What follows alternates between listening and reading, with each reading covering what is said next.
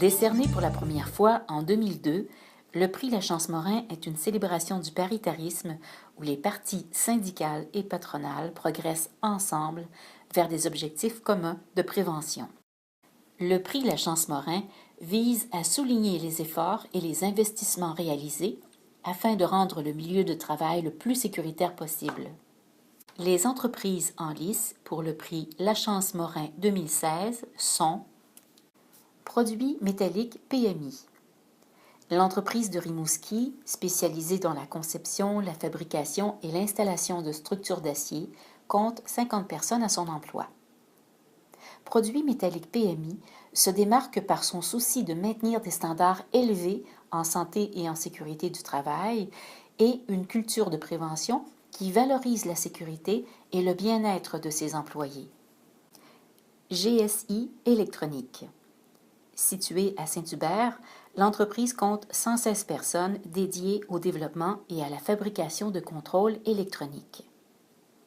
Au cours des dernières années, GSI Électronique a fait de la santé et de la sécurité du travail une priorité en instaurant une série de mesures concrètes, mise en place d'un comité paritaire de santé et de sécurité, formation de formateurs à l'interne, tableau de suivi des actions en santé et en sécurité du travail, pour ne nommer que celle-là. Hubbell Canada LP.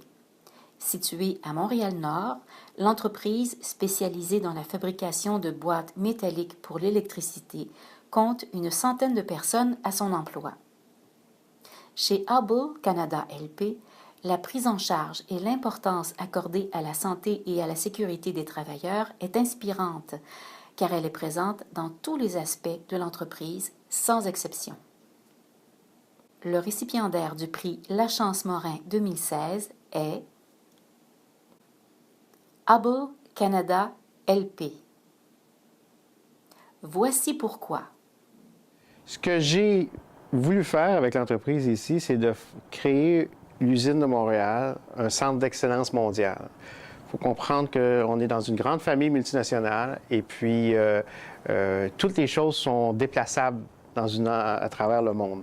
Donc, pourquoi une entreprise multinationale garderait une usine à Montréal? J'avais le devoir de créer une valeur ajoutée qui était autre que juste de produire des profits ou des produits. Donc, la vision, c'était de rendre cette entreprise-là de classe mondiale, puis les certifications, dont ISO et OSAS 18001, qui sont des classifications de type international et reconnues internationalement, nous placent dans une catégorie à part. La demande du corpo au niveau santé-sécurité est arrivée beaucoup plus tard. Donc, est arrivée, mettons, je dirais 4 à 5 ans après qu'on ait commencé notre processus.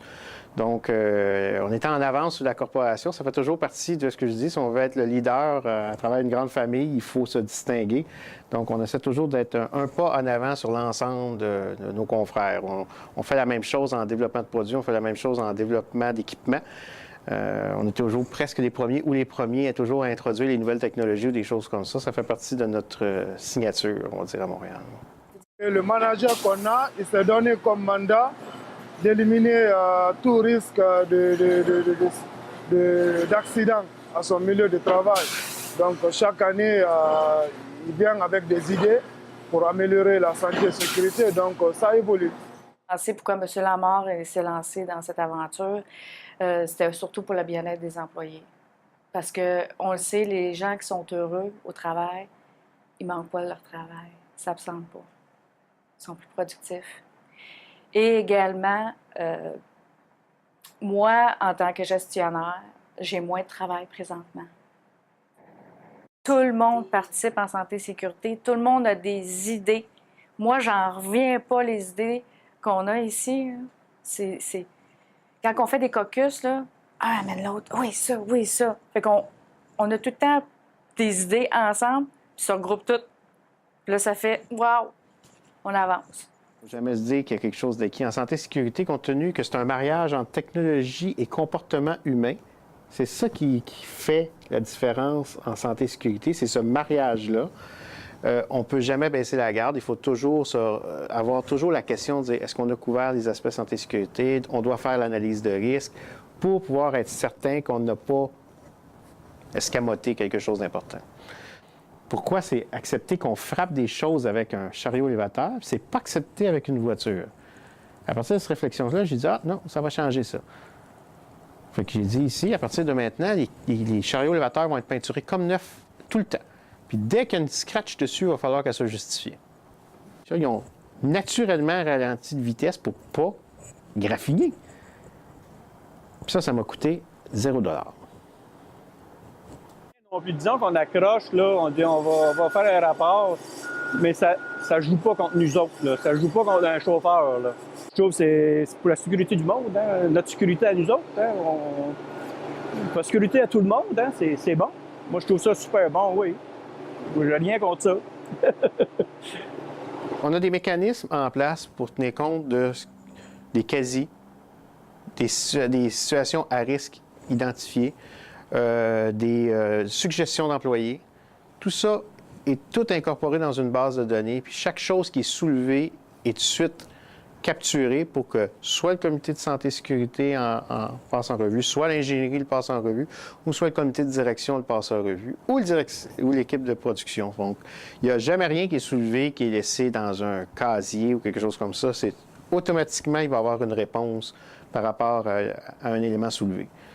Lors d'une journée, je marchais dans l'usine et je me suis aperçu que les gens étaient en train de faire une manipulation, ils étaient en train de faire une pièce sur une presse, puis ils n'étaient pas en contrôle. Il n'y a pas eu d'accident, il n'y a pas eu d'événement, mais il y aurait pu en avoir un. Donc, j'avais identifié un risque potentiel. Ce que j'ai demandé, c'est qu'on fasse un Kaizen avec tous les gens techniques. Je leur ai donné les grandes lignes, on ne devrait pas avoir à déplacer des pièces majeures sans avoir un plan.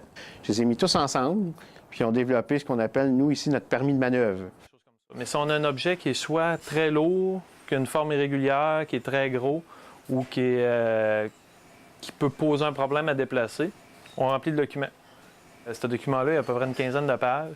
Il faut inscrire le poids, le centre de gravité, il faut dessiner comment que les sangles vont être attachées ou comment que le chariot élévateur va être positionné pour le lever, quel équipement qu'on va utiliser, c'est quoi la capacité des équipements, c'est quoi la capacité des accessoires, que ce soit des élingues ou des systèmes de chair, d'où on part, où on se dirige, le schéma du déplacement, qui a quel rôle, qui va être l'observateur, qui va conduire l'équipement de levage, qui va diriger si on veut la manœuvre. Comme ça, chacun connaît son rôle, chacun sait d'où on part, où on va, la séquence des événements. Puis ce que ça fait, c'est que ça évite les malentendus. On a fait énormément de sécurité, puis on est beaucoup plus efficace qu'il y a plusieurs années. Donc, on ne peut pas dire que ça nuit à la production. On s'est amélioré à ce niveau-là aussi. Plus on est capable de faire de la prévention tôt dans le processus, que ce soit au niveau mécanique, comportement, des choses comme ça, moins ça nous coûte cher, plus les résultats sont à long terme. Fait que c'est ça notre approche, qui fait que maintenant que c'est relativement mature, c'est comme je dis, il n'y a rien d'acquis, il faut toujours continuer à se re-questionner, identifier des éléments, mais compte tenu que c'est mature, ça demande peu d'entretien maintenant. C'est peu exigeant d'avoir ces systèmes-là en place. La réussite de l'usine que nous avons ici, pas juste en santé et sécurité, mais la survie, puis le fait d'être capable de faire de nouveaux produits, puis de survivre dans un environnement extrêmement compétitif, ça découle d'un groupe d'individus qui savent bien travailler ensemble. C'est comme un orchestre qui aime être ensemble puis jouer de la musique. Donc, s'occuper de cet orchestre-là, s'occuper de ces musiciens, s'occuper de ces gens de talent-là, de créer un environnement dans lequel ils se sentent bien, en sécurité, qui savent que la direction prend leur bien-être à cœur, c'est une assurance du succès de l'entreprise à long terme.